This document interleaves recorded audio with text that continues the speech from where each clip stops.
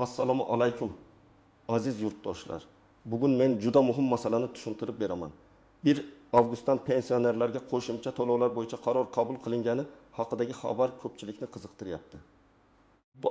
Bu ma'lumot nafaqat pensiya olayotgan insonlarga, balki ularning farzandlariga, qarindoshlariga, boquvchisini yo'qotgan oilalarga, nogironligi bo'lgan fuqarolarga ham bevosita tegishli bo'lishi mumkin. Men hozir sizga oddiy tilda tushuntiraman. Kimga qo'shimcha pul beriladi? Kimlar kutmasligi kerak? Qaysi holatda pensiya avtomatik oshadi? Qaysi holatda esa ariza berish shart bo'ladi?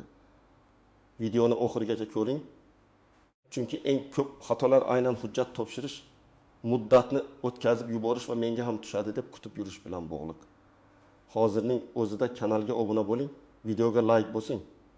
Chunki bunday amaliy ma'lumotlar har bir oilaga kerak bo'ladi. Avvalo vaziyatni aniq qilib olaylik. Oldin ko'p pensionerlar pensiya miqdorini faqat umumiy oshirish bo'lganda, ya'ni pensiyalar indeksatsiya qilinganda kutishardi. Masalan, davlat tomonidan pensiyalar, nafaqalar yoki ayrim ijtimoiy to'lovlar miqdori oshirilsa, odamlar endi menga qancha qo'shiladi deb pensiya jamg'armasiga murojaat qilishardi. Bunday oshirish odatda hamma uchun bir xil foizda yoki belgilangan bazaviy miqdorlar asosida bo'lardi. Endi esa gap faqat umumiy pensiya oshishi haqida emas. Bu yerda muhim jihat bor. 1 avgustdan ayrim toifadagi pensionerlarga qo'shimcha to'lovlar, ustamalar, kompensatsiyalar yoki qayta hisoblashlar qo'llanishi mumkin. Ya'ni hamma pensioner bir xil miqdorda pul oladi degani emas. Kimning holati qanday? Pensiya turi qanday? Mehnat staji qancha? Nogironlik guruhi bormi? Boquvchisini yo'qotganlik bo'yicha nafaqa olyaptimi? Kam ta'minlanganlik holati bormi? Qo'shimcha imtiyozli maqomi bormi? Ana shularning barchasi alohida ko'rib chiqiladi. Ko'pchilik pensionerlarga qo'shimcha to'lov beriladi degan jumlani eshitishi bilan hamma kartasiga avtomatik pul tushadi deb o'ylaydi. Men ekspert sifatida shuni aytaman. Bunday masalada eng xavfli narsa umumiy xabarni shaxsiy holatga avtomatik tatbiq qilishdir.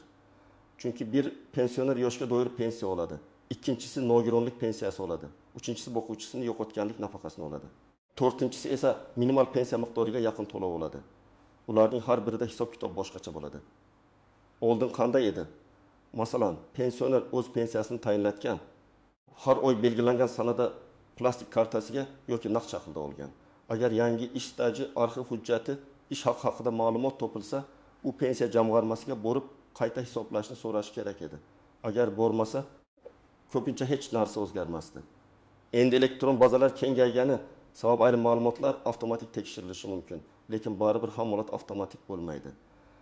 Ayniqsa eski yillardagi ish staji, sobiq korxona yopilgan bo'lsa, arxivdan olinadigan ma'lumotlar yoki oilaviy holatga oid hujjatlar bo'lsa, fuqaroning o'zi harakat qilishi kerak. 1 avgustdan boshlanadigan o'zgarishning asosiy mazmuni shundan iborat. Davlat ijtimoiy himoyani kuchaytirish, kam pensiya olayotgan pensionerlarni qo'llab-quvvatlash, ayrim toifalarga ustama berish, ayrim hollarda mavjud to'lovlarni qayta ko'rib chiqish choralarini belgilaydi. Bu juda muhim. Chunki hozirgi narxlar, dori-darmon xarajatlari, kommunal to'lovlar, oziq-ovqat narxi ko'plab pensionerlar uchun og'irlik qilmoqda. Men buni hayotiy misol bilan tushuntiraman. Tasavvur qiling, Alimtakis yoshli onaxon oyiga 850 ming so'm pensiya oladi. U yolg'iz yashaydi. Har oydir uchun 25 ming so'm, kommunal to'lovlar uchun yaqin 1000 so'm, oziq-ovqat uchun kamida 5000 so'm sarflaydi. Hisoblasak, pensiyasi deyarli yetmaydi. Agar bunday toifadagi pensioner minimal pensiya yoki kam daromadli qatlam sifatida qo'shimcha ijtimoiy to'lovga mos kelsa, unga belgilangan ustama yoki kompensatsiya qo'shilishi mumkin. Ammo buning uchun uning ma'lumotlari tizimda to'g'ri turishi, yashash manzili, oilaviy tarkibi, boshqa daromadlari, pensiya turi aniq bo'lishi kerak. Yana bir misol. 72 yoshli otaxon 37 yil ishlagan. Lekin pensiya tayinlanganda faqat 25 yillik staji hisobga olingan. Chunki qolgan yillar bo'yicha hujjatlar topilmagan. Keyin farzandlari arxivdan ma'lumot topib kelishdi. Bunday holatda 1 avgustdan qo'shimcha to'lov bo'ladi ekan deb kutib o'tirish noto'g'ri. U odam pensiya jamg'armasiga ariza berishi, topilgan hujjatlarni topshirishi, pensiyasini qayta hisoblatish kerak. Agar hujjatlar tasdiqlansa, pensiya miqdori oshishi, ayrim hollarda o'tgan davr bo'yicha farq ham hisoblanishi mumkin. Yana bir vaziyat, nogironligi bo'lgan pensioner bor. U yoshga doir pensiya ham olishi mumkin. nogironlik pensiyasi yoki nafaqasi ham olishi mumkin.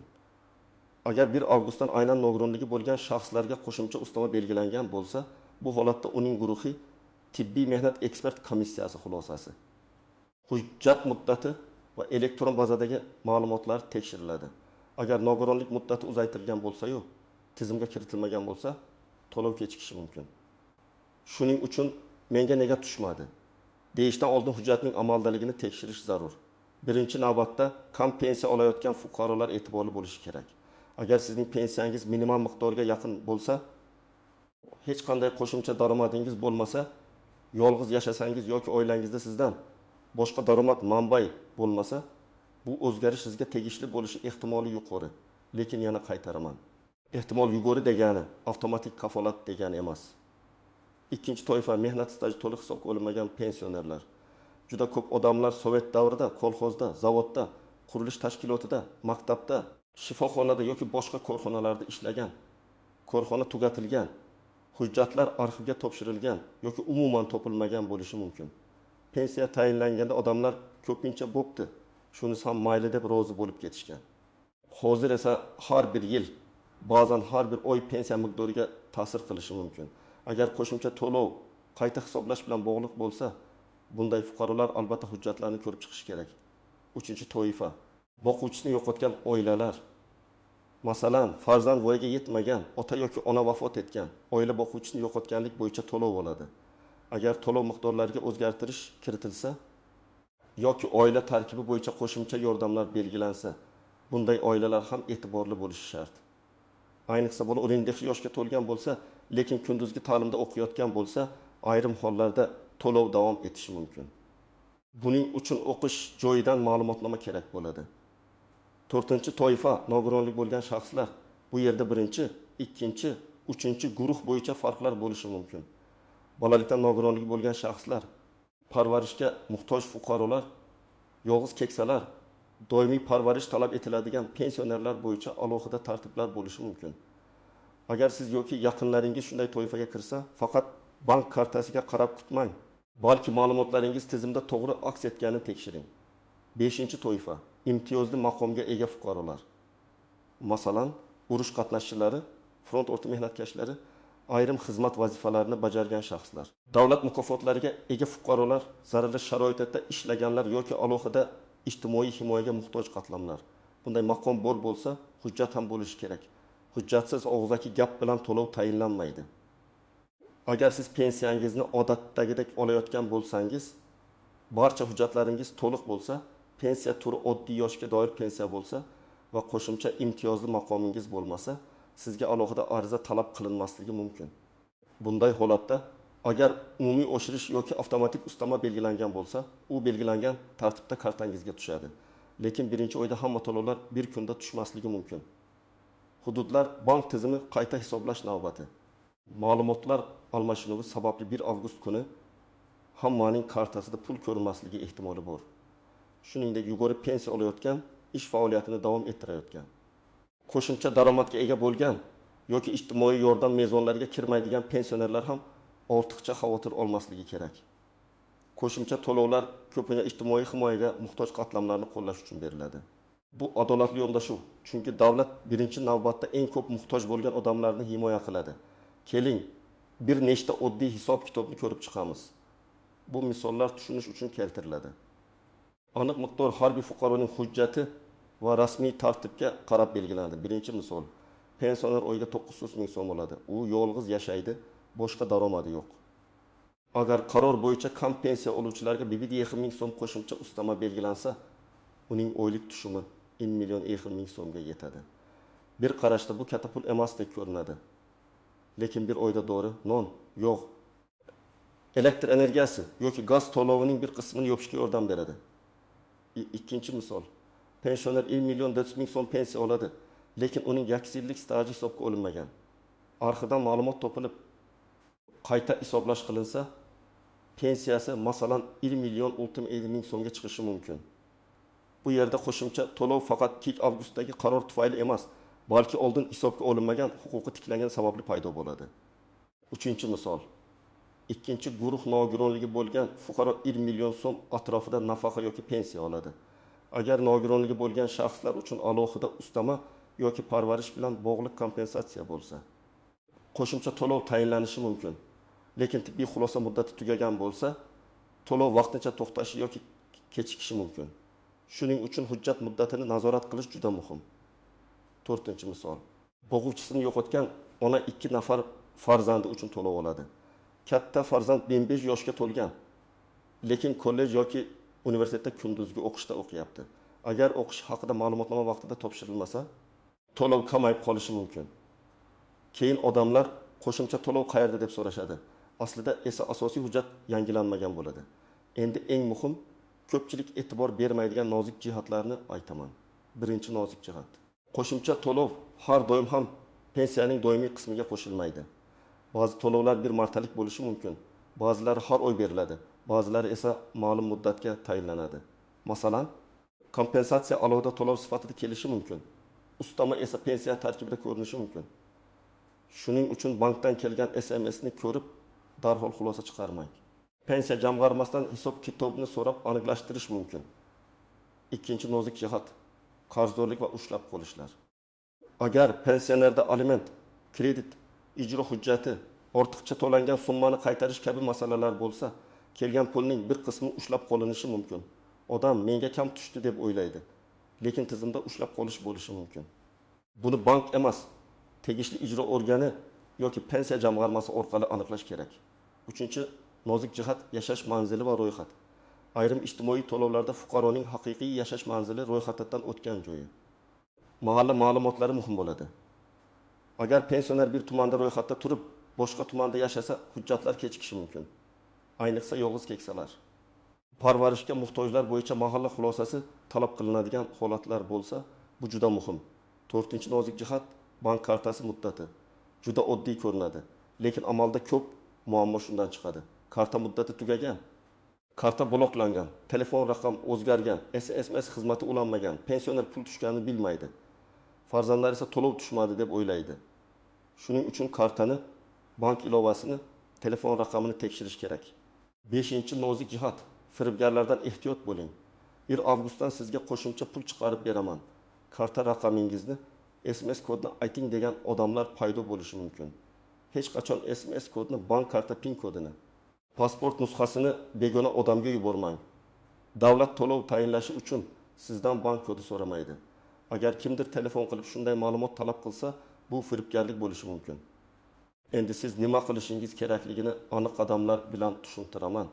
Birinchi qadam: o'zingizning pensiya turini aniqlang. Siz yoshga doir pensiya olasizmi? Nogironlik pensiyasimi? Boquvchisini yo'qotganlik to'lovimi?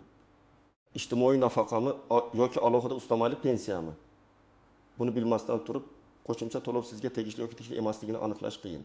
Ikkinchi qadam: oxirgi pensiya miqdoringizni yozib qo'ying. Masalan, iyul oyida qancha oldingiz, avgustda qancha tushdi, farq qancha bo'ldi. Har oy pul kelganda faqat sarflab yubormang, kamida SMSni saqlab qo'ying yoki daftar tuting. Bu keyin murojaat qilganda juda kerak bo'ladi. 3-qadam: pensiya jamg'armasining tuman yoki shahar bo'limiga murojaat qiling. Buni shaxsan borib, ishonch telefoni orqali yoki elektron xizmatlar orqali amalga oshirish mumkin. Agar imkoningiz bo'lsa, MyGov, Uz portali orqali xizmatlarni tekshiring. Lekin yoshi katta odamlar uchun eng qulay yo'l ko'pincha farzandi yoki ishonchli yaqin insoni bilan pensiya jamg'armasiga borishdir. 4-qadam: hujjatlarni tayyorlang. Odatda pasport yoki ID karta, pensiya guvohnomasi, mehnat daftarchasi, arxiv ma'lumotnomalari, ish haqi bo'yicha ma'lumotlar, nogironlik xulosasi, boquvchisini yo'qotganlik bo'yicha hujjatlar, o'qish joyidan ma'lumotnoma, bank rekvizitlari kerak bo'lishi mumkin. Agar siz yolg'iz yashasangiz yoki ijtimoiy yordamga muhtoj bo'lsangiz, mahalladan oilaviy holat haqida ma'lumot ham kerak bo'lish ehtimoli bor. 5-qadam: ariza yozing. Arizada juda murakkab gaplar shart emas. Menga tayinlangan pensiya miqdorini 1 avgustdan kuchga kirgan qo'shimcha to'lovlar va amaldagi qonunchilik asosida qayta ko'rib chiqishingizni so'rayman deb yozish mumkin. Agar staj bo'yicha hujjat topshirayotgan bo'lsangiz, ilgari hisobga olinmagan mehnat stajini inobatga olib, pensiyamni qayta hisoblab berishingizni so'rayman deb yoziladi. Arizani 2 nusxada topshirgan yaxshi, bittasi dorada qoladi. Ikkinchisiga qabul qilingan sana va raqam qo'ydirib olasiz. 6. qadam javob muddatini kuzating. Har qanday murojaat bo'yicha javob berish tartibi bor. Agar sizga og'zaki keyin keling deyishsa, yozma ariza topshirganingiz ma'qul. Chunki yozma ariza bo'lsa, javob ham yozma bo'lishi kerak. Bu sizning huquqingizni himoya qiladi. 7. qadam natijani tekshiring. Pul tushganidan keyin uning nimaga tushganini aniqlang. Bu asosiy pensiya oshishimi, ustamami? Bir martalik to'lovmi, qayta hisoblash farqimi yoki kompensatsiyami? Agar tushunarsiz bo'lsa, pensiya jamg'armasidan hisob-kitob varaqasi yoki tushuntirish so'rang. Siz o'z pulingiz qanday hisoblanganini bilishga haqlisiz.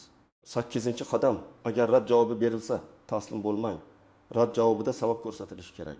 Masalan, hujjat yetarli emas, staj tasdiqlanmagan, toifa mos emas, nogironlik muddati tugagan, ma'lumot bazada yo'q. Sababni bilsangiz, uni tuzatish mumkin. Kerak bo'lsa, arxivga murojaat qilasiz. Ish joyidan ma'lumot olasiz. Mahalla yoki tibbiy komissiya orqali hujjatni yangilaysiz. Men alohida farzandlarga murojaat qilmoqchiman. Ota-onangiz pensioner bo'lsa, ular o'zlari biladi deb qo'ymang.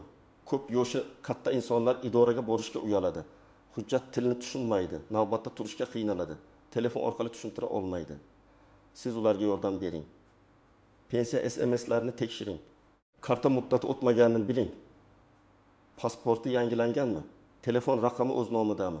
Mahalla ro'yxatida ma'lumotlari to'g'rimi? Shularni tekshirib chiqing. Agar ota-onangizning eski mehnat daftarchasi bo'lsa, uni bir chetga tashlab qo'ymang. Har bir yozuvni ko'rib chiqing. Qaysi korxonada ishlagan, qaysi yillar, muhr bormi, imzo bormi? Agar yozuv noaniq bo'lsa, arxivdan tasdiqlovchi ma'lumot oling. Ba'zan oddiygina bir arxiv ma'lumotnomasi pensiyani sezilarli oshirishi mumkin. Men yana bir narsani ochiq aytaman. Ijtimoiy tarmoqlarda tarqalayotgan har bir xabarga darhol ishonmang. Hamma pensionerga falon million so'm beriladi. Faqat bugun arz topshirsangiz pul olasiz. Karta raqamingizni yuboring degan xabarlar xavfli bo'lishi mumkin. Rasmiy manbalarni tekshiring. Pensiya jamg'armasi, hukumat portallari, mahalliy hokimliklar, Maykbokov, uz va ishonchli ommaviy axborot vositalari. To'lov haqiqatan bor bo'lsa, u rasmiy tartib asosida beriladi. Yashirincha SMS kod orqali emas. Demak, 1 avgustdan pensionerlarga qo'shimcha to'lovlar bo'yicha qaror juda muhim. Lekin eng asosiy xulosa shuki, hamma pensionerga bir xil pul tushadi deb o'ylash noto'g'ri. Kimdir avtomatik oladi, kimdir ariza topshirish kerak, kimdir hujjatni yangilash kerak, kimdir esa bu to'yfa umuman kirmasligi mumkin. Shuning uchun o'z holatingizni tekshiring, hujjatlaringizni tartibga keltiring, pensiya miqdorini yozib boring va kerak bo'lsa, pensiya jamg'armasiga rasmiy murojaat qiling. Agar bu ma'lumot sizga foydali bo'lgan bo'lsa, videoga like bosing, kanalga obuna bo'ling va izohlarda yozing. Siz yoki yaqinlaringiz pensiya oladimi? Avgust oyida qo'shimcha to'lov tushdimi yoki hali kutyapsizmi? Sizning izohlaringiz boshqa pensionerlarga ham yordam beradi. Men esa keyingi videolarda eng muhim savollarga alohida javob beraman.